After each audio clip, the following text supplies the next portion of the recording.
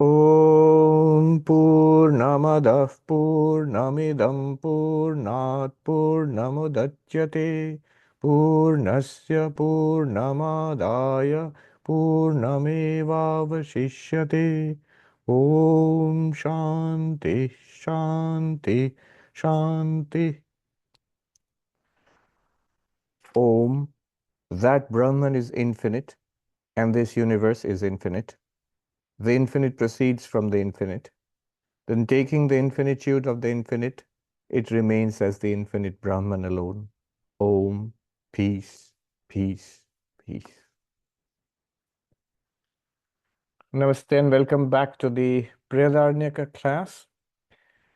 At the beginning of this Upanishad, we have the customary Shanti mantra, the peace invocation. And for this Upanishad, it is the Purnamadav Purnamidam. Now we have come across this peace invocation earlier also. The last Upanishad which we were doing, the Isha Upanishad, also has the same Purnamada Purnamidam. The reason being that this Purnamada Purnamidam is the Shanti mantra associated with the Shukla Yajurveda. So all the Upanishads which come in the Shukla Yajurveda, like the Brihadaranyaka, like the Ishavasya Upanishad, they will all have Purnamada Purnamidam as their Shanti mantra. Now, as I said, that I will dwell a little bit more on this mantra. Last time what we did was that we looked at the traditional Advaitic interpretation of this mantra, Purnamadav Purnamidam, based on the Bhashya, the commentary of Adi Shankaracharya. We saw what it means. What does it mean according to the traditional interpretation? It means that Purnamadav Purnamidam, that is infinite, this is infinite. Purnat Purnamudachyate. From that infinite, this infinity has come. And one second. From that infinity, this infinity has come. Purnasya Purnamadaya. Discovering the infinity of this infinity, Purnameva Vashishyati. Only infinity remains, or infinity alone remains. Expanding it a little bit, what does it mean? That infinity means Brahman or Saguna Brahman, in religious language, God, Ishvara, Bhagavan. And this means the Jiva and Jagat, us and the world which we inhabit. So that is infinite and this is infinite. Saguna Brahman is infinite, Jiva and Jagat, the real nature of Jiva and Jagat is infinite, Purnam. From Saguna Brahman, from that infinity, this infinity has come. From Saguna Brahman, this Jiva and Jagat have come. Then, in this Jiva, when we discover the infinitude of this Jiva, Purnasya Purnamadaya, here Purna means I, the Jiva, when I discover my infinitude, then what happens? Purnameva Vashishyate, infinite Brahman alone remains. Putting it in Sanskrit terms, more in traditional format, Saguna Brahman is infinite, and so is the Jiva. From the Saguna Brahman, the Jiva and Jagat have come. Saguna Brahman is the cause, Jiva Jagat are the effect. When the Jiva discovers its own infinitude, Purna nature, then that infinite Brahman alone remains, Nirguna Brahman alone remains. This is the meaning of the mantra from the traditional Advaitic perspective. That means Purnam alone is real. The non-dual Atman or non-dual Brahman alone is real. It is that which appears as the three, Jiva, Jagat, Ishvara. Jiva, Jagat, Ishvara. Ishvara is the cause, Jiva and Jagat are the effect. Ishvara is that infinite, Jiva and Jagat are this infinite, this one. From that infinite, this infinite has come, these two, the Jiva and Jagat have come. When this infinite, the Jiva, discovers its infinite nature, the infinite alone, Brahman remains, Nirguna Brahman alone remains. So this is the traditional meaning. That means, what is reality? Reality is Purnam. Reality is non-dual Brahman. Reality is Nirguna Brahman. The rest of it, Saguna Brahman, Jiva and Jagat are appearances of that reality. So, and appearances of two categories, cause and effect. Cause is Saguna Brahman, effect is Jiva Jagat. Effect means, cause means karana and effect means karya in Sanskrit, karana and karya. So this is the traditional interpretation. Now, last time I had said that there is a portion of Shankaracharya's commentary which I will touch upon in this session. See, this portion is a long portion and it is a debate. Who is it a debate with? It's a debate with an ancient, even more ancient Vedantin called Bhartri Prapancha. Bhartri Prapancha is a Vedantin, the one who accepts the Upanishads as the foundation of Vedanta. Upanishads as the source and interprets the Upanishads.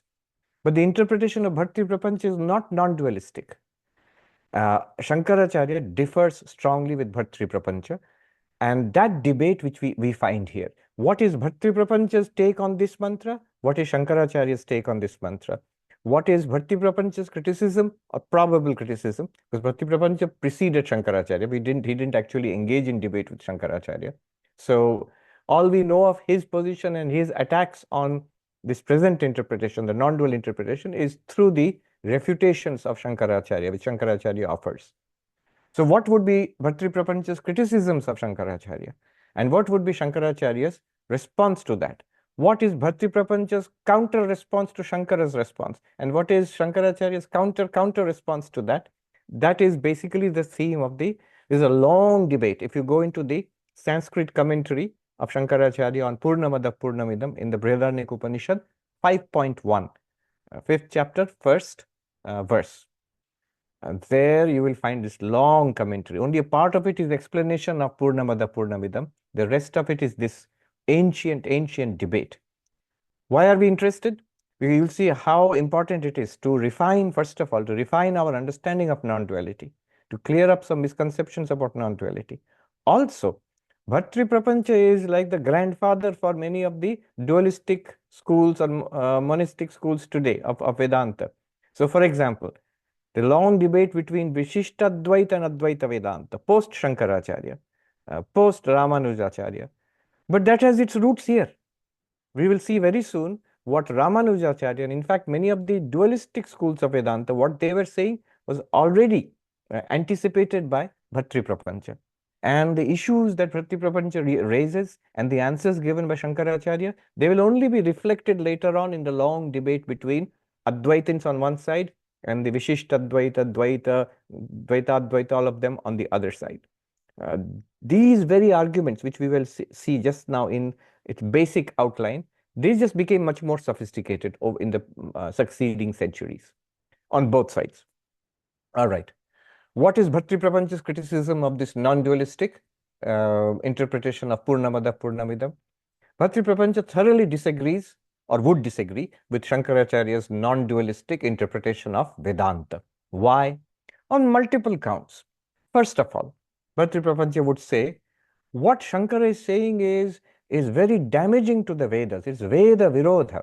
Most of the Vedas is Karma Kanda, is the ritualistic portion of the Vedas, where the devout person performs fire rituals for getting results in this life or the next life, for getting something they want in this life or to go to heaven after death, and so on and so forth. So, this presupposes that dualism is true. It presupposes that there is somebody who will perform the rituals. The rituals are activities different from that person, and the results are to be something different from that person, so that that person wants to go to heaven. Heaven and that person are not one and the same. It's not non-duality, it is thoroughgoing duality. Every action assumes duality. So, Karma Kanda, Vedas are teaching duality. Karma Kanda is the entire ritualistic portion, which is the bulk of the Vedas, by the way. Bhartri Prapancha would argue. It is entirely based on dualism. And Shankaracharya is simply denying that. So you are going against your very foundation, which are the Vedas. That's one. Second,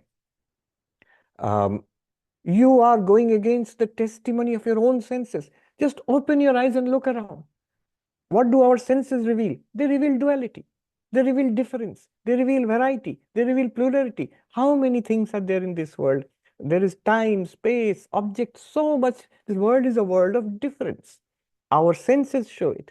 Pratyaksha, you see it, hear it, smell it, taste it, touch it. All of it is difference. And then based on this perception, there is inference and other sources of knowledge. The technical name for these sources of knowledge is pramana. So the pramanas, all our pramanas reveal difference, bheda, difference, dvaita, duality, not advaita, non-duality, not abheda, oneness. No, no, no.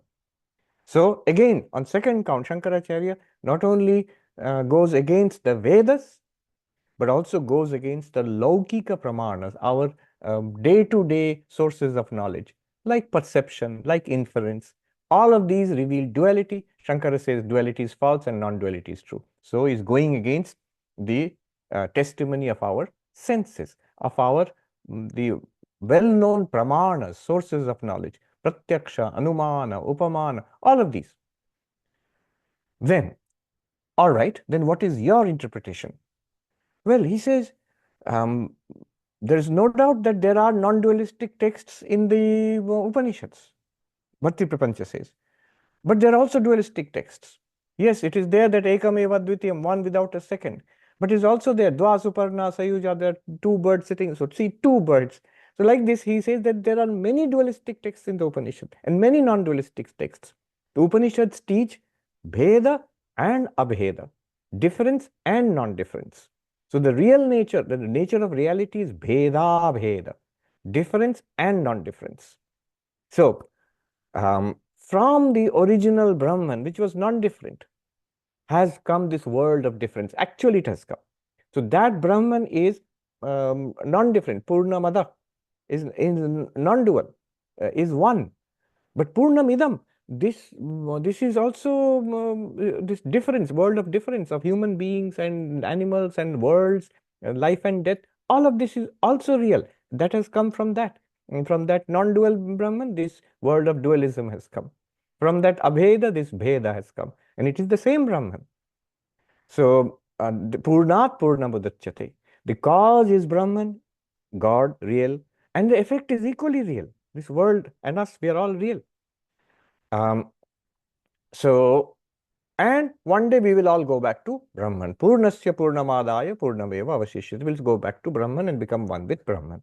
So something like this interpretation, he has not given Bhakti Prapancha, but this is what would follow from Bhakti Prapancha's Bheda Bhedavada, the doctrine of difference and non-difference. Brahman is non-different, correct, non-dual, correct, but also equally, Brahman can and does become multiple and various according to this very mantra, because from Purna, this Purna has come. So take that seriously. Don't deny you can't take the cause and deny the effect. If the cause is real, then the effect must be real. And clearly the cause is non-dual, clearly effect is dualistic. So both non-dual and dualism, both are correct. And the nature of the reality of Brahman is dual and non-dual, difference and non-difference. So what does Shankaracharya say? The counter to this, Shankaracharya says this is utterly illogical. This is impossible. You cannot affirm contradictory characteristics of the same object, of the same entity at the same time. So a thing cannot have contradictory characteristics. So you can say a thing cannot be, a person can be tall and plump, but a person cannot be tall and short. That has no meaning at all. A flower can be, you can have these characteristics. It can be red, it can be large, it can be fragrant. But you can't say the flower is fragrant and non-fragrant. The flower is large and small at the same time. It is impossible. You cannot affirm the two contradictory qualities, characteristics, A and not A, of the same entity at the same time. It is simply illogical to say that. Now, this is Shankaracharya's preliminary counter. Bhakti Prapancha comes back with, so I'm just summarizing the arguments provided in Shankara's commentary. Bhakti Prapancha then would come back to all this with his counter argument. He says, it is quite possible for an entity to be Bheda and Abheda at the same time. How? For example, depending on the avastha, the state or the status. So for example, a seed is homogeneous. It is small and homogeneous. Inside it looks all the same. But when it sprouts into a plant and a tree, seedling and a plant, and then becomes a tree, it is immediately variegated into roots and trunk and branches and leaves and flowers and fruits. There's so much division, difference within the tree, so much variety. You can't say that the seed is real and the tree is false. The seed is real. Equally, the tree with all its differences is true, is real as the seed was. In fact, it is that seed alone which has become this tree. Purnat Purnamudachyate. So, this is Bhartri Prapancha's response. Yes, the same thing can be non-dual, homogeneous, and one in one state, and it can be variegated and full of difference in another state, but it is the same reality. So, same Brahman can be one non-dual Satchidananda, and then it can become this world of tremendous difference. Jiva, Jagat, and all of this tremendous differences can be there, and you should take this as real. Should not say this is an appearance. Another example, which actually Shankaracharya gives, Bhartri Prapancha gives, according to Shankaracharya, is the ocean example. The same thing can be non-dual and dualistic depending upon your perspective. So the ocean, it is one vast mass of water. But yes, the same ocean is thousands and thousands of waves rising and falling. It is foam and surf and so much activity. And yet it continues at the same time. You can say the seed was seed and then it became a tree, no longer a seed. But the ocean continues to be one vast mass of water, and yet full of, here it's calm, there it is tsunami wave, here it is bubbles and foam, there it is huge waves. It is continuously like that. So both are real. You cannot say ocean, vast mass of water, that is the reality. Waves are not real. Waves are only appearances. Not true. So you must accept that Brahman can indeed be one Brahman and at the same time not appear, actually also become this entire world. Just like the ocean being one, it appears, not appears, it actually becomes so many waves and so much activity. You can't honestly deny these things. Now Shankara's counter answer here. He gives an exhaustive critique of the Bharti Prapancha position. First, he says, this ocean example and waves, ocean and waves example, the seed and tree example, none of them apply to Brahman. It is true that Advaita Vedanta uses ocean and wave example. Advaita Vedanta uses seed and tree example, but in a different sense, not in this sense of actual transformation. Why will it not apply? So no example is perfect. That's why it's an example. It will be applicable in some ways only. Now, what Advaita Vedanta wants to say is the reality of this ocean is water. And the reality of each wave is just water. Water is the underlying reality. Other than that, no wave exists and no ocean exists. However, that does not make the waves a part of the water. The water, if you take it away, it will not be a wave. At no point did the water become a wave. Not that the wave is some one part of water is called a wave. Not at all. It's a name and a form and activity imposed upon water, but the water continues to be the water regardless. And without that water, you can't say water is real and wave is real. No, without the water, the wave is not real.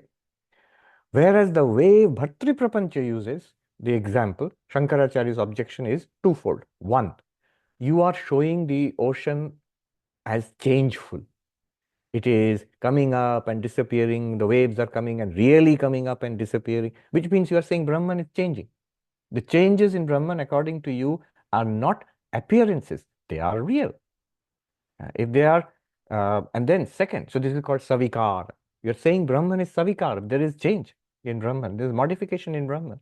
Second problem, this example, the way you are using it, the ocean and wave example, the seed and tree example, you are saying that Brahman has parts. Avayava has parts. You are saying that ocean is here in waves, there not in waves, here tsunami wave is there it is calm. So it has parts. And you're accepting that. You're saying the seed now transforms into the tree which has real parts, roots and leaves and fruits and flowers. These are parts of the tree. Similarly, this world with Jiva and Jagat are parts of Brahman according to you. Now you see, direct line to Vishishtadvaita Vedanta is here. But Brahman does not have parts. The simple logic, core idea in Advaita Vedanta is anything that has parts, anything that is subject to modification. And notice, Only things which have parts, avayava, can be modified. What is a modification? A change. A change in some of the parts, some readjustment. Some one part is lost or another part comes, or readjustment, repositioning, or reconfiguration of the parts. That's what we call change.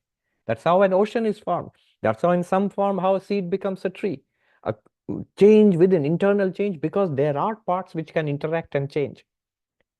So if it is changeful, one, if it is with components and parts, it will become impermanent, anitya. It will be subject to all the problems which change has. It will have growth, it will diminish, it will be affected by, problems in the world. It will be affected by karma, good karma, bad karma, sinful karma. It will be affected. And ultimately, it can decay, maybe it can die. So Brahman will be destructible, anityam. And that will lead to the further consequence. It is called Anir Moksha Prasanga. This kind of Brahman cannot give you moksha. If a Brahman is really sprouted from seed to a tree, I mean, seed is sprouted into a tree, Brahman is sprouted into this world, Jiva and Jagat. If you attain to such a Brahman, as you are saying, from that Brahman, this Jiva has come, and ultimately this Jiva will go back to that Brahman, and only Brahman will remain. Well, again, that Brahman will sprout and Jiva will come out from it.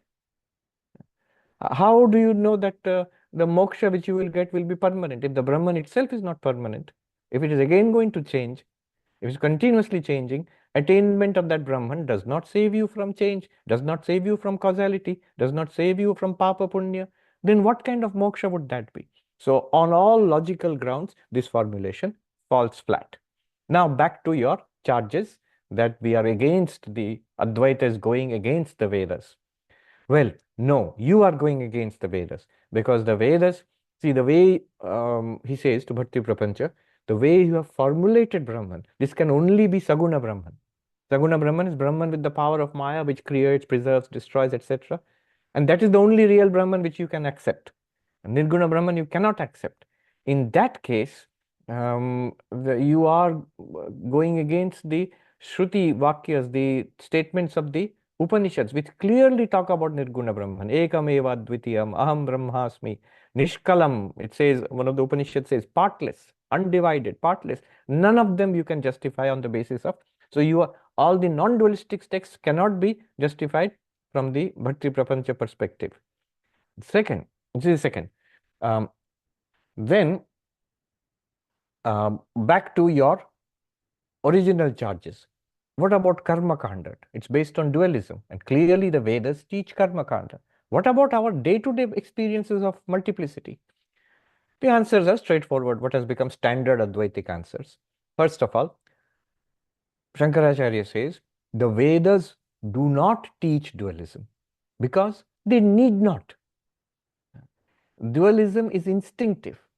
Shankaracharya says in his Adhyasa Bhashyam, his introduction to Advaita Vedanta in the Brahma Sutras, Naisargikoyam Loka Vyavahara. This is instinctive, inborn. It comes with our ignorance. We are born with ignorance of our real nature, and therefore we behave in these ways. So dualism is something that we don't have to be taught by the Vedas or by any spiritual system. That's how we operate. That's how the world appears to us, and that's how we take it to be. And so we operate accordingly. And the karma kanda is simply a teaching in accordance with how we look at the world, how people in general look at the world. People see the world, see themselves as apurnam, limited, and they want something in this world. And the karma kanda, ritualistic portion of the Vedas, just teaches people how to attain what they want in an ethical way, in a religious way, so that they rise from immorality to morality. They learn some restraint and discipline, which will help them ultimately towards spirituality. Karma kanda will take you to jnana kanda. The ritualistic portion of the Vedas will take you to the spiritual portion of the Vedas, the knowledge portion of the Vedas, from the karma kanda to the Upanishads or to Vedanta. This is just, in Sanskrit, this is called anuvada, not translation. Anuvada means, as is our experience of the world. The Veda says, all right, granted that you are just this limited living being, granted that you want pleasure. Now let me tell you about the existence of heaven, where everything that you could possibly want you will get, and you live in this pious way. disciplined and moral way, perform these religious actions, and so your desires will be fulfilled.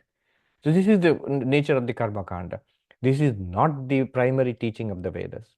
The primary teaching of the Vedas, when we are ready for it, and come to the Upanishads, which negates all this and says non-duality is the reality. And if you realize it, you will truly be free of suffering and attain fulfillment. So, karma kanda is not the teaching. Dualism is not the teaching of the Vedas. Bheda is not the teaching of the Vedas. So, when we talk about abheda or non-duality, we are not contradicting the teaching of the Vedas. Then the matter of our pramanas. Shankaracharya says all pramanas they have free operation in this transactional relative realm, what is called vyavaharika. Indeed, even Vedanta depends on the fact that you have eyes and there is a book of Brihadaranyaka Upanishad which you will come and read, come to class. All this is dualistic, is fully accepted in Vedanta. So, in the realm of appearance, in the movie, in the realm of the transactional world, all the sense organs they operate and the knowledge gained by the sense organs, eyes, ears, and all, are all fully accepted by Advaita Vedanta. Why not? All right. Just like we would see stuff in the dreams, we would hear stuff and we do stuff in the dreams. All of those things are experienced. Yes, when we wake up, we realize none of that was ultimately real. So this is Shankaracharya's counter attack on Bhartri Prapancha. And these arguments have continued down the centuries. Later on, the Vishishtadvaita school came up and Ramanuja gave very sophisticated attacks on Advaita Vedanta. And the post-Shankara Advaitins replied to those. Dvaita Vedanta came up, Dvaitadvaita, and then Shuddhadvaita, then the Achintya Bheda, all of them, you will find in principle the arguments are similar to what Bhartri Prapancha was offering. Just that they became more involved, more sophisticated as the centuries went by. Done. So this is what Shankara's Bhashya commentary does. It explains the Purnamada Purnamidam from an Advaitic perspective and then counters other interpretation, Bhartri Prapancha interpretation of Vedanta. All right. Now, as also said, in the remaining time, I'll make some general observations about this. It's a very beautiful mantra. Of all the Shanti mantras, it is my favorite. So I'll make some interesting observations. Earlier class and up to now, I was restricted by Shankaracharya's interpretation and the commentary, Bhashya. Now I will just speak freely. Okay. Purnamada Purnamidam. Saguna Brahman is Purnam. The Jiva is Purnam. Purnat Purnamudachyate. From Saguna Brahman, the Jiva and Jagat have come. Purnasya Purnamadaya. When the Jiva realizes I am Brahman, then what will remain? Purnameva Vasishyate. Nirguna Brahman, Brahman alone will remain. Put it in another language. Purnamada Purnamidam. That is Purnam, this is Purnam. There, that means Saguna Brahman, Ishvara, or Bhagavan. In technical language, that is Brahman with Upadhi. This means the Jiva. Technical language, that's also Brahman with Upadhi. The difference is that Brahman is with the Upadhi of Maya. I'm not explaining once again what the Upadhi is. Remember the crystal and the colored cloth and all that. So the Upadhi of Maya. With the Upadhi of Maya, Brahman or Purnam will appear as Saguna Brahman, Ishvara, Bhagavan, the god of religion. And with the Upadhi of this body-mind, or more specifically, individual ignorance, Ajnana, Karana Sharira, then that's the same Purnam or Brahman will appear as us, each one of us. Purnat Purnamudachyate. From that Saguna Brahman, this Jiva Jagat has come. Therefore, that Saguna Brahman is the Karanam, is the material cause of this universe. And this Jiva Jagat is the Karyam, is the effect.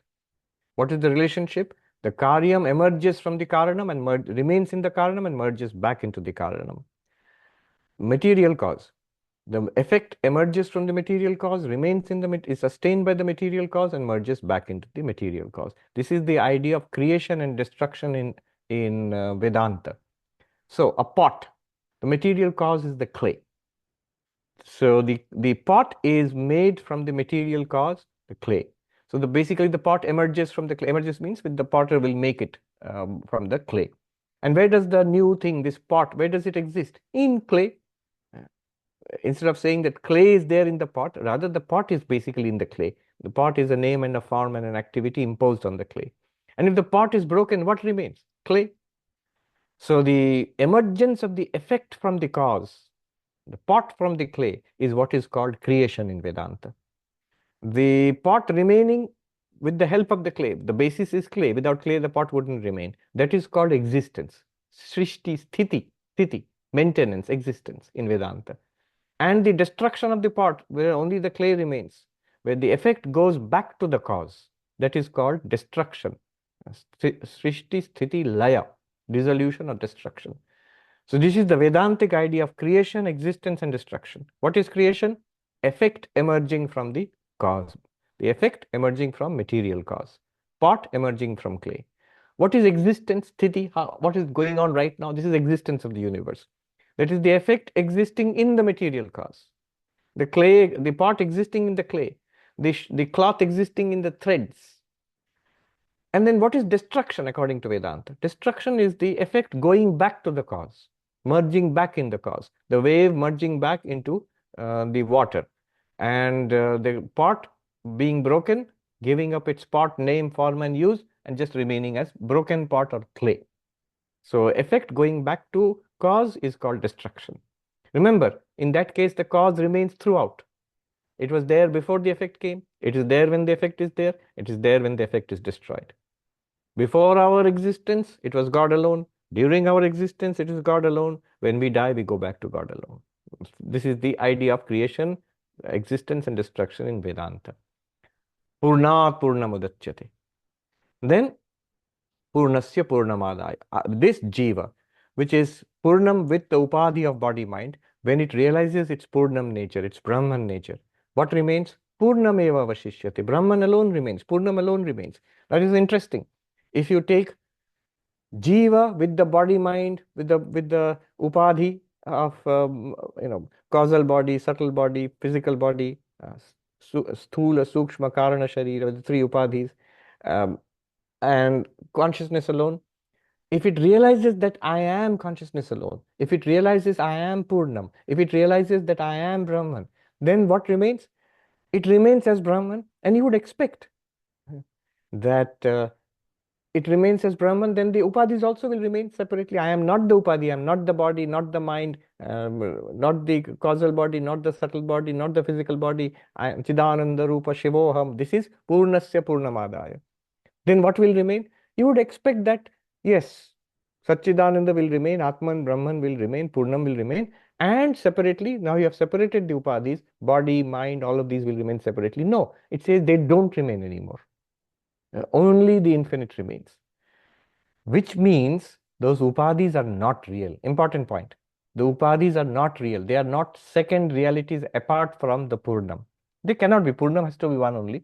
So, but the upadhis are not real. It's an important point. This is the meaning of Jagat Mithya. Jagat Mithya. The world is false. It means these upadhis are false. These upadhis, they are like dreams. They're dreamt up. It's like, let me give a little strained example. In our dreams, we fall asleep and we forget that we are sleeping on this bed. And we dream up a world of our dreams. And in that world of our dreams, we have a body. We have a personality in that. We are there in our own dreams. So that body in the world of dreams and that mind in that world of dreams, that's my dream upadhi. Because that's what the one I'm identified with when I'm navigating the virtual world of dreams. In the virtual world of dreams, I don't feel I am all this.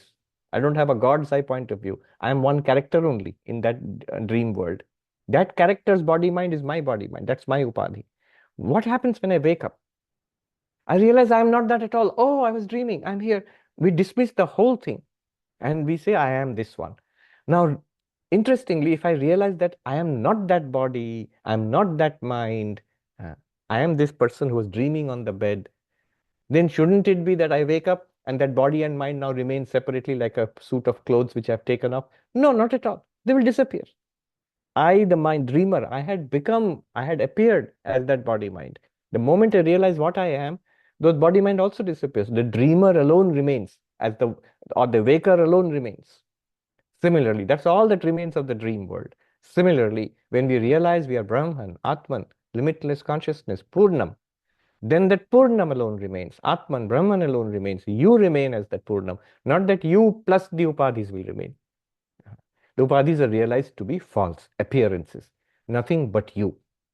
So this whole Purnamada Purnamidam is also another way it can be stated as it was later on. Brahma Satyam, here it will mean Purnam Satyam. Jagat Mithya, means Upadhis are Mithya. Then what am I? Purnasya Purnamadaya, you are none other than the Purnam, and none other than Brahman. Now, this is moksha. We don't know this. This is avidya or ignorance. Vedanta, this Purnamada Purnamidam teaches us this. When we realize it, this knowledge makes us realize it, points it out, we realize this is moksha, freedom. How is it freedom? What does it actually do? What happens when we are apurnam? We are not purnam. What happens? One is we become dependent.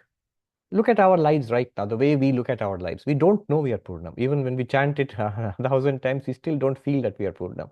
We feel we are very dependent. As bodies, we are very dependent. As persons, we are dependent. I'm dependent on the air I breathe. I'm dependent on the food that I eat. Uh, I have to eat multiple times in a day, otherwise I feel weak and helpless. I am dependent on shelter, otherwise I'll freeze to death outside in New York. I am dependent on a nice society around me, which only in which I can exist, survive, and flourish. Without this society around me, people who are providing all these institutions of society, uh, you know, the police, the hospitals, the libraries and colleges and schools and shopping malls, all of these things, I'm entirely dependent on the material world, on our society, on this body.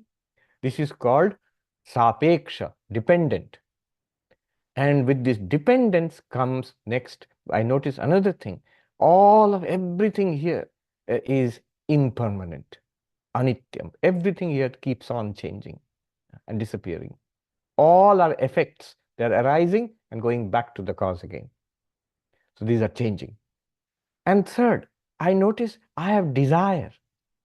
I feel unfulfilled because I feel I'm limited. So I feel unfulfilled. I feel hungry, thirsty. I want this and that thing. I want objects. I want sustenance. I want people. I want my limits. My desires are endless. Economics, first lesson, that human desires are unlimited. The resources to satisfy those desires are limited. How to use limited resources to satisfy unlimited desires is called economics. So, um, I have unlimited desires. Kama. Apurnam leads to kama. Kama means desire. And that leads to bhaya, fear. The moment I'm limited, I will always be in fear because I'm dependent on so many things. And everything is changing. My body is aging and problems are getting worse and worse. So it becomes worse and worse. I have fear. Upanishad says, Yasya udaram kurute tasya bhayam bhavati. Whoever sees even the slightest difference here, that one has fear. You're infected with fear. And then finally, all of this culminates in dukkha, suffering. It can be a mild disappointment. It can be a mild existential angst, even if things are going very nicely for me. Or it can be extremely cruel deprivation and terrible suffering, deep, deep anguish and sorrow. But generally, it's infected with suffering, pervaded by unhappiness, sorrow, dissatisfaction, suffering. So, sapeksha, dependent, anitya, impermanent, changing, subject to death, desire, endless desires, kama, because of our lack of fulfillment. Then I have got fear, bhaya, and suffering. Whereas what is Purnam? If I realize myself as Purnam, the result will be I am Nirapeksha. I am not dependent on anything. Purnam exists by itself. Then I will be Nityam, eternal. beyond time, basically. Then I will have aptakama. All desires will be fulfilled. There is nothing left to desire. I'll be always fulfilled by my own nature, not depending on anything outside my nature. Then I'll be nirbhaya, fearless. There'll be nothing to be afraid of. One sadhu put it so beautifully. कहीं कोई मृत्यु नहीं महात्मा जी, कहीं कोई जड़ता नहीं, कहीं कोई दुख नहीं Mahatma ji. But I will see from the Purnam perspective, there is no death, there's no possibility of death. For this one shining mass of existence consciousness, what death can there be? The death of the body is like Vivekananda says, like the falling of a hair from our body, as inconsequential as that to the Purnam. And there is no non-consciousness anywhere because it's all a mass of consciousness. That's what you are. And there can be no suffering or no limitation there, no deprivation there, because you are the infinite. There's nothing that is excluded from you. These are not just rhetoric. The enlightened one actually feels this. So nirbhaya, fearless, that one becomes fearless. And dukkha, no dukkha will be there. Sukha only, ananda only will be there. So this is the difference. Is feeling and living as if apurna, and then feeling and realizing that I am purna and living like that. Huge difference. Huge difference. This is the practical result of Vedanta, of realizing our purna nature. A few observations on the etymology of the word purnam. I've been translating it as infinite, as limitless, as complete or whole, and so on. So there are these multiple words. Each of these words in Vedanta, they express the entire teaching of the Vedanta. One word is Purnam, which means whole or complete. Shankaracharya in the commentary, he says, Na vyavrittam kutaschit, which is not different from anything else. There's nothing in the universe different from this Purnam.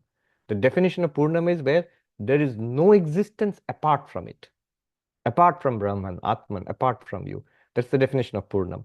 That which pur, the root pur, it means that which swells to envelop everything, which becomes the whole. Very interestingly, the word Brahman comes from the root. We are doing a little bit of etymology here. Brahman comes from the root Briha, the Briha dhatu, the root. It means exactly the same thing, to swell without limit, to expand without limit. Brihatvat, Bringhanatvat, Atma, Brahma iti giyate. Vachaspati Mishra says, because it is vast, because it expands without limit, the Atman is said to be Brahman. So, Brahman, another word, means exactly the same etymologically. Grammatically, it means the same as Purnam. Again, interesting. The word Anantam, limitless. It means the same thing as Purnam or Brahman, that which has no limit in time, space, and object. Then the word Vishnu, which is the word for God, used, Saguna Brahman. Vishnu means that which is not limited in time, space, and object. That which is Vyapi, which pervades all time, space, and object. Again, the same meaning as Purnam or Brahman. Purnam is equal to Brahman, is equal to Anantam, is equal to Vishnu. And the most surprising of all, Shunyam. I was surprised to discover, I was in my latest trip to India last, I think a couple of months back, in one of our colleges in India, run by our order. We have a huge institution called the Narendrapur complex of educational institutions. There's a beautiful college there. I was taken on a tour of what they call the Zero Gallery.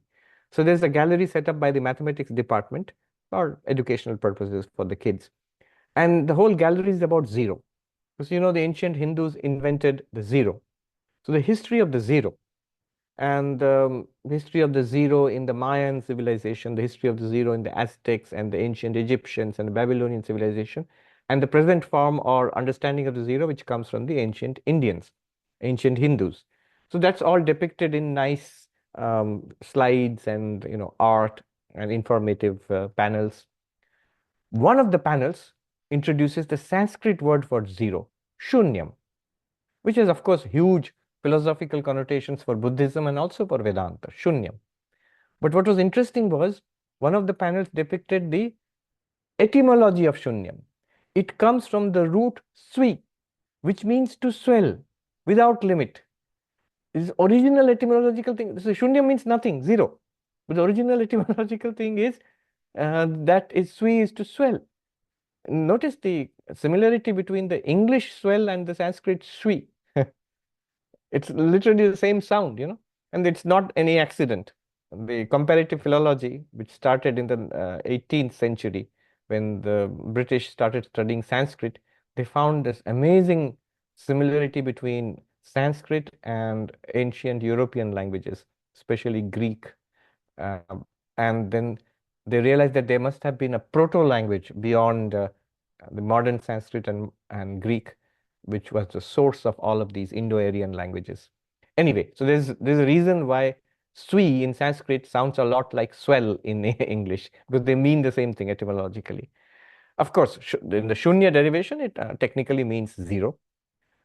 So even shunya in that sense, and if you bring in Tibetan Buddhism, Madhyamaka Buddhism, then the shunya of Madhyamaka Buddhism as that which is different from existing entities, that which is different from non-existing entities, different from both existing and non-existing, and the negation of both, Chatushkoti Vinirmukta Tattvam, which begins to sound eerily like Brahman then. So we have all these terms. The Briha, from which Brahman has come, the Pur, from which Purnam has come, Anantam, limitlessness, Vishnu, Shunyam, all of them contain in them, in a seed form, the entire teaching of Vedanta, the entire teaching of Purnam. In fact, one way of saying with all of Vedanta in one word would be Purnatvam, completeness or wholeness or limitlessness. What does it mean? What do all these things mean technically? It means, limitless means there are three kinds of limit possible in this world. What is this world? Remember, when you say this world, already Purnamada Purnamidam has defined it. Idam, this one, the one which we are living in, which we are experiencing. Here, everything is limited in time, space, and object. Everything has a beginning and an end. That's the time limitation. We are born and we die. Everything is produced and destroyed. So everything is changing here, whatever we experience, moment to moment changing. So this is called time limitation. Then space limitation. Everything is located in space. I'm here, you are there. Somebody is in New York, somebody is on the West Coast, somebody is in India. We are located in space. If you are here, you're not there. If you're there, you're not here. So we have this space limitation. We are not everywhere. We cannot be. No object is everywhere. Even you will say, well, space is everywhere. Not necessarily. Physical space is only physical space. What about your dream space? Is physical space in the dream space or the dream space in physical space? No. What about a mathematical space? Is that in physical space or is physical space in mathematical space? What about a fictional space? So you can have multiple spaces which are actually different from each other. Nothing is limitless here. Everything is limited in time, limited in space. And object limitation. Every entity is only itself. The box is only a box. The table is only a table. The man is only this man. The dog or the cat is only that dog or the cat. Each entity is itself and different from everything else. I am different from the chair in which I am sitting. And the chair is different from the floor on which it is standing. They're all different from each other. This is called object limitation. Each object is only itself and separate from every other object. It's a limitation. It's a smallness. It's a poverty. It's a deprivation. Now, Anantam means, Purnam means that which has no limitation in space, and therefore it must be there in all space. That which has no limitation in time, that means it was always there, no creation and destruction for it. Always there, it is there, and it will always be there. No limitation in object. There is no object in the universe which is separate from Purnam. So, and there's no second reality apart from Purnam. Since there is no second reality apart from Purnam, Purnam will always be Advaitam, non-dual. No second, Advaitam. Since there is, Purnam is, there is no time when Purnam was not. So Purnam will always be Nityam, eternal. Since there is no space where Purnam is not, Purnam will always be Sarvavyapi, or Shankaracharya says Vyapi. That means pervasive. There will be no space where Purnam is not. So Purnam means all-pervading, eternal, non-dual. Sarvavyapi, Nitya, Advaita. This is the meaning of Purnam. This is the meaning of Brahman. This is the meaning of Atman. This is the meaning of Vishnu. This is the meaning of Anantam. Shunyam even on an Advaitic interpretation. Yes. Now, moving on. Next, I'll make two more points and stop. One is, this is etymology, all fine. We are understanding the meaning of the word and seeing how profound that word is. Wonderful. But it's just a word. It's just etymology. Does such a thing exist? Does Purnam exist? This rock, it's not only a concept, it's a real rock. By the way, this was a gift from one of our ashrams, this rock. I saw it in my room in that ashram, and I asked them, can I take it back to my room in New York? See what this rock says. It says the most important thing ever. If you can see. It says here, the main thing is to keep the main thing the main thing. The main thing, this is the essence of Raja Yoga, of concentration, of meditation, of focus. The main thing is to keep the main thing the main thing. This is the surefire method to success in anything that you want. First, figure out that's the most important thing. What is it that we want? Make it the main thing. And then just keep the main thing as the main thing. The main thing is to keep the main thing as the main thing. Okay. So this rock, it actually exists. It's not just a thought or a concept, not a word, not for etymology only. This actually is very much so. Yeah. Like that, Purnam, does it exist? Or is it just a word? Purnam idam purnamadaha.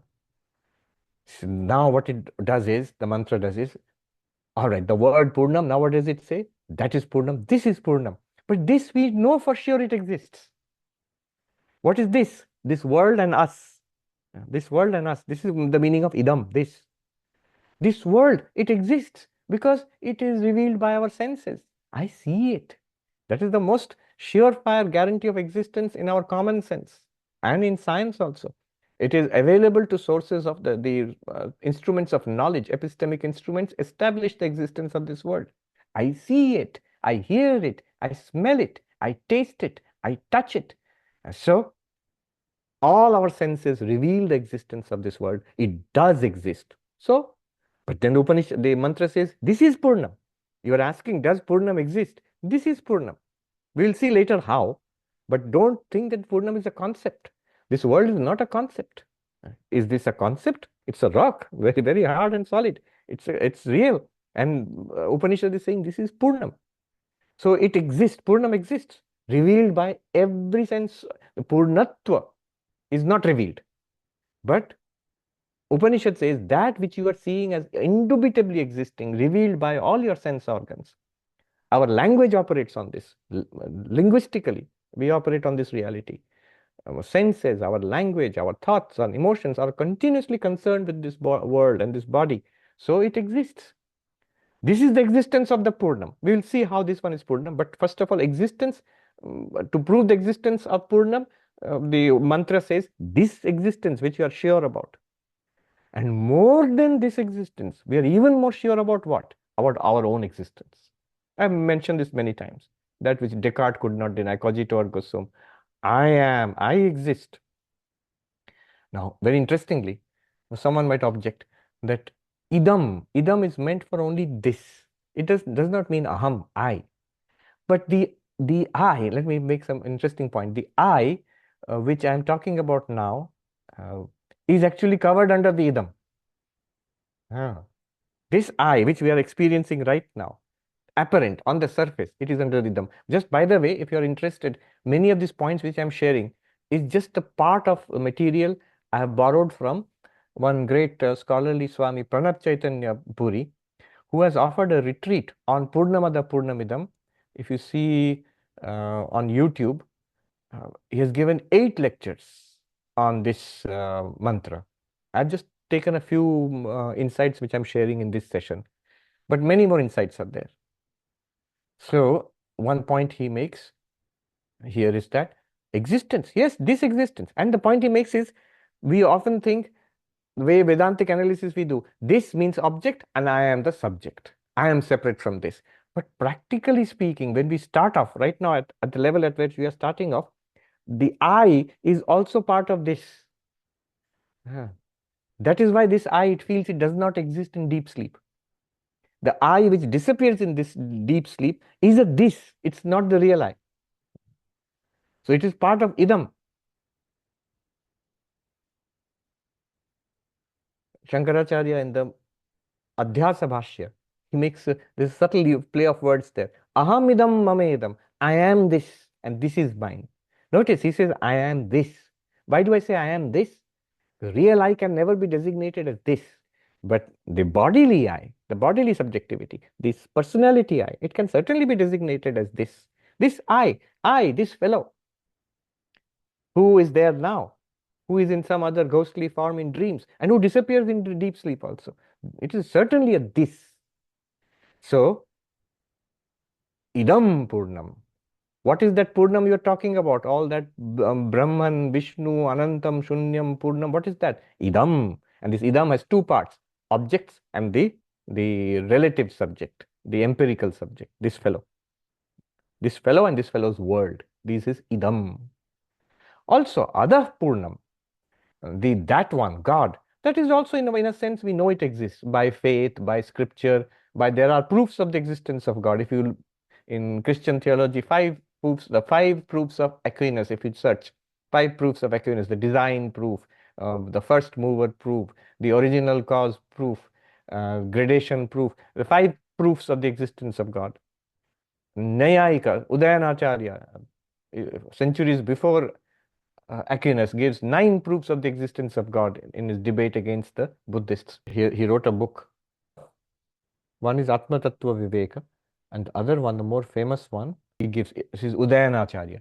He gives his proofs of the existence of God. So Rick has given some information here. Udayanacharya. Nyayakusumanjali, yes, Nyayakus, very famous book, Nyayakusumanjali.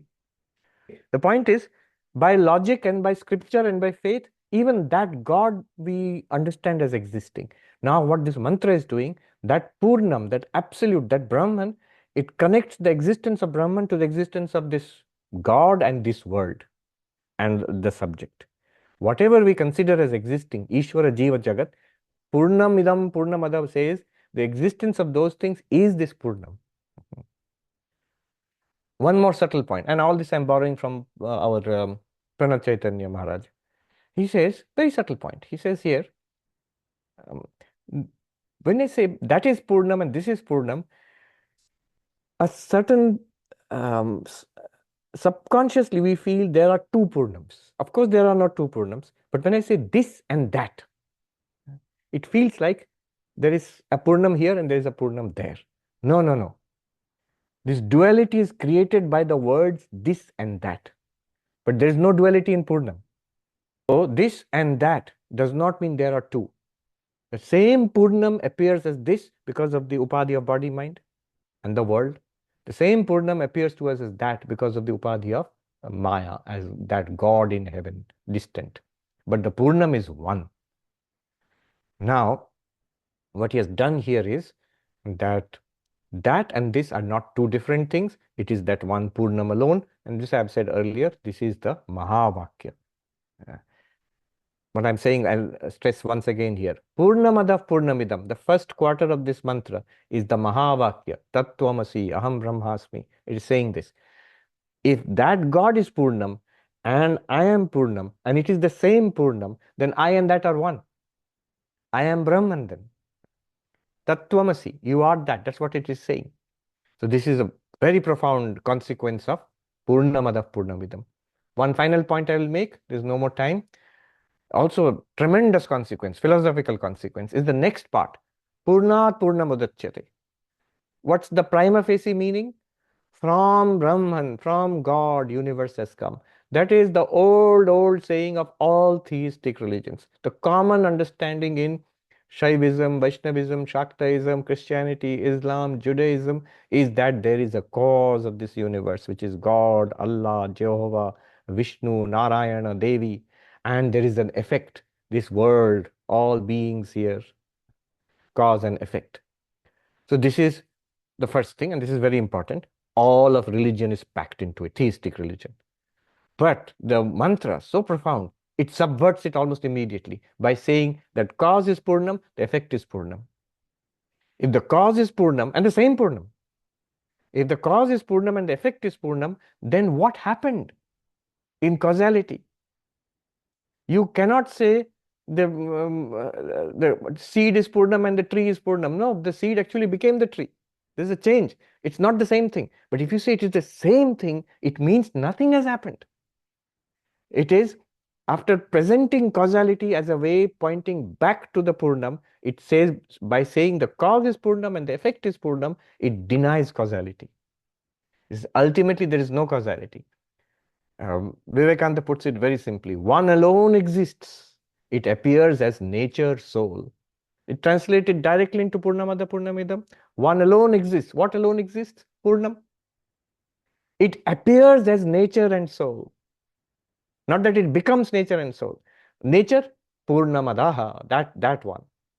God, Prakriti, nature, whatever you call it. If you are a Sankhyan, you will call it nature. If you are a scientist, you will call it nature. If you are a believing person, believing in religion, you will call it God. That is what the Upanishad says, Purnamadaha. And this one, I, soul, the individual being, the subject, the sentient being, the jiva. But the Upanishad says, Purnam idam. This is Purnam. The cause is Purnam, the effect is Purnam. The same Purnam appears as cause, appears as effect, appears as nature, appears as the products of nature. Therefore, causality is in the world of nature, in the relative world, in the universe, but ultimate reality, causality is not ultimately real. Because causality is not ultimately real, Purnam is free of causality. Purnam is free of karma. No karma touches Purnam. And you are Purnam. You are free of karma. This is moksha. This is the philosophical understanding of moksha. By realizing your Purnam nature, you will realize that I am free of karma. All past karma. I was never born. I will never die. And therefore, what about my past karma? Will it be burnt? No past karma actually. That is the meaning of past karma being burnt up by knowledge. That is the meaning of being freed from the cycle of birth and death. You will realize there is no cycle of birth and death for you, for Purnam. It was all at the relative level. Relative level, very true, harsh truth. But when you realize you are that Purnam, what will happen? Purnasya Purnamadaya. And how will you realize? Drigdrishya Viveka, Panchakosha Viveka, Avastatraya Vichara. So many methods are there. But all of them will culminate in Aham Brahmasmi, this Purnasya Purnamadaya. Realizing the Purna nature in this Purna. What will happen? Brahman alone remains. Chaitanya alone remains. The non-dual alone remains. Purnam alone remains. Not Purnam and a separate world, body, mind. No. All of this right here in this life, it becomes Purnam, or you realize it as Purnam. One unbroken, unmistakable mass of radiance, mass of existence awareness. And you will continue to exist in this particular form. The jiva with its upadhis will continue to appear, but you know it is just one radiance. Then it will be fine that, yes, I am the body also. Purnam is the body, Purnam is the prana, Purnam is the mind and intellect and everything, and the world and all these creatures. It's all Purnam. But it's all is, as Vivekananda said, all is not. Purnam alone is. And you are that Purnam.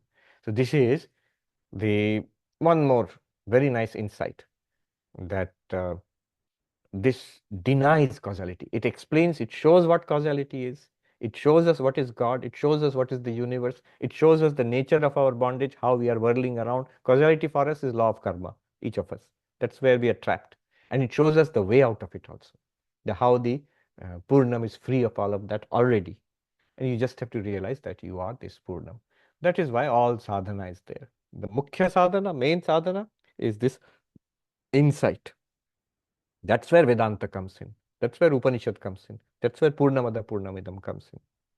Associated sadhana, meditation, focus, very important. Main thing is to keep the main thing the main thing. Very important sadhana, most important. But associated. Knowledge is primary, and if you, to get that knowledge, focus is the most important thing. Devotion, love, another extremely important thing. Karma, service is, you see, Swami Vivekananda, more and more we begin to see what a tremendously powerful philosophy that is. The Vedantic philosophy of service, seva, Shiva Jnana Jiva Seva. That what is the practical effect of this Purnam? You see the vastness here, and you are this vastness. Everyone and everything is one with you. How will you respond? You will respond with love and service. So why not make it your philosophy of life? Live like that already. Good. Om Shanti Shanti Shanti Hari Om Tat Sat Shri Ram Krishna Arpanamastu. Sri Ram and Rekha. Has Swami Vivekananda offered his thoughts regarding debate between dualists and non-dualists? Yes, certainly. There is a comprehensive view that actually offers guidance to non-academic aspirants. Yes, you find it in Sri Ramakrishna's approach. What we just said, Purnamada Purnamidam, and you combine it with the consequences of Sri Ramakrishna's approach, like service, Shiva Jnana Jiva Seva, like harmony of religions, so these are the consequences. Then you will have a very comprehensive approach. And all of those can be based on this Purnamada Purnamidam. Comprehensive Sanskrit would be Purnam, not a Purnam approach. This is comprehensive, you see. The result of this philosophy, you see, in general, Hinduism, if you see. Look at the conception of the divine in Hinduism, how Purnam it is. Does God exist? Yes and no. We can become enlightened with God and without God. And you can understand it through Purnamada Purnamidam. Is God with form? Yes and no. And God is without form also. Is God male? Yes and no. God is female also. Does God have to have a human form? Yes and no. God can have animal form also. God can have the form of the elements, fire, space, water, all of those. If you say God, you have to believe in God, then your idea of spirituality is not Purnam. If you say, yes, you have to believe in God, but only in God without form, God cannot have form, then your idea of spirituality is not Purnam. If you say God can only have form, cannot be formless, then your idea of spirituality is not Purnam. If you say God can only be male and not female, then you are not Purnam. God can only be female and not male, not Purnam. God can only be worshipped in human form, not animal or other non-human forms, then you're not Purnam. Yeah. So this Purnam idea, now you begin to compare it with actually what Hinduism has become over the centuries. You see, it's like a development of the Purnam idea in religion, this vastness. Anirban, non-nirodho na chotpatti, yes. That is the negative side of the um, Purnamada Purnamidam. Purnamada Purnamidam is a positive way of saying this. Shubhada says, since the enlightened people say that they see oneness in everything, they are the same as Brahman, agreeing to non-dual teachings. Can we safely say none of the dualists who existed were enlightened? No, no, not at all. Then again, you will not be Purnam. It's not that you have to come to this view to be enlightened. If you touch the divine in any form, in any way, you don't have to come to it to Purnamada Purnamidam. You can come to it through the worship of Gopala. When the Gopala's mother, Gopalarma in the story of Sri Ramakrishna, when she sees the baby Gopala in all beings, how is it different from this Purnamada Purnamidam? So the dualists who have the spiritual experience, whether they are Vaishnavas, Shaktas, Christians, Muslims, without any particular religion, once they come in touch with that reality, they are enlightened. And you don't have to say that they have to be enlightened in the way which perfectly matches my sophisticated non-dualistic philosophy. No, Vivekananda would say here, be practical. He says an ounce of practice, an ounce of realization is worth 20 tons of tall talk.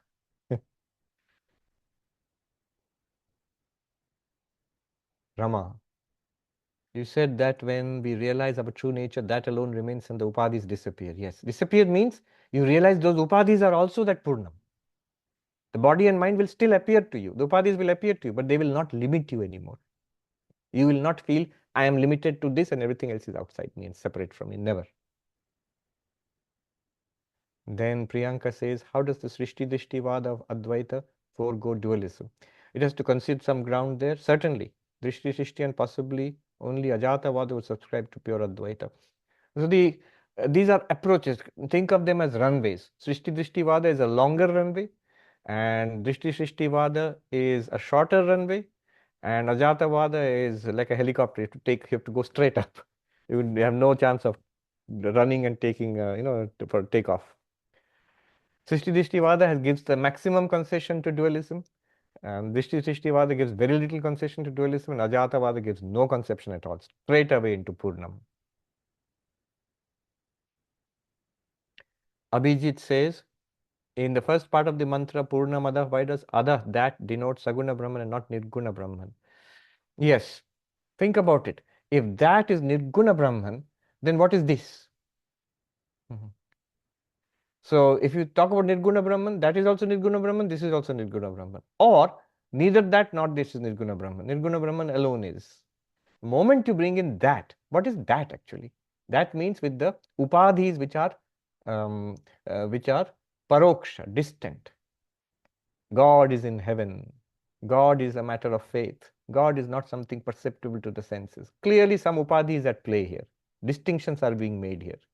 In that case, Ada is different from Idam. Is this denoted in Shankara's commentary on the mantra? Yes, you can find it there. Logically also you will see.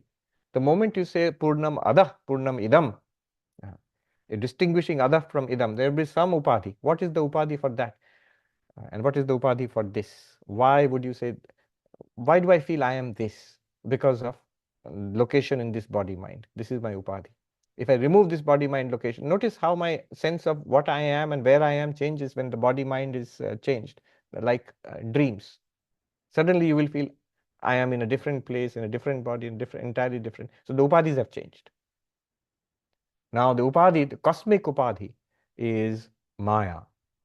Consciousness associated with the cosmic upadhi becomes the cosmic creator, preserver, destroyer, the cause of everything.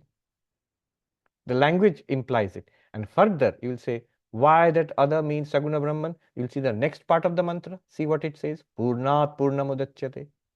So from that Purna, this Purna has come. If something has come from something, then that something is a cause and this something is an effect. The moment you say cause and effect, it means God and the world. So Ada will mean Saguna Brahman. If it meant Nirguna Brahman, there would be no question of anything coming from anything.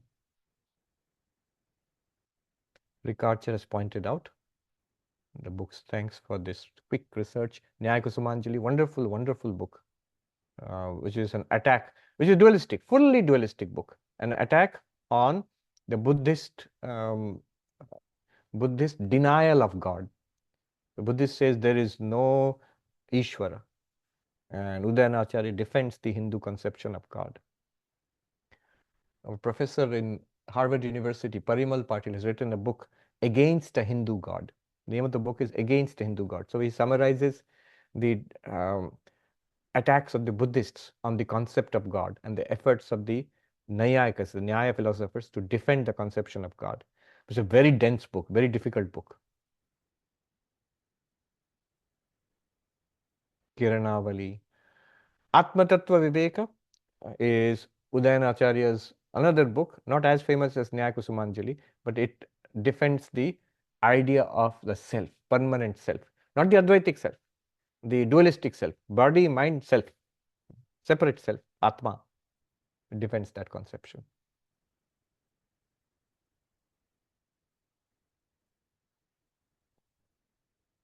Punita says, Ja ache ekhani ache. Ma has said, whatever is here itself. True. Purnam. This is Purnam, correct? Sonali has said, God, infinite circle, center, everyone, circumference, nowhere. Right. Correct. Well put. I didn't think of that. Take care. And the next time we will actually start the Brihadaranyaka Upanishad, one part of it, only one chapter.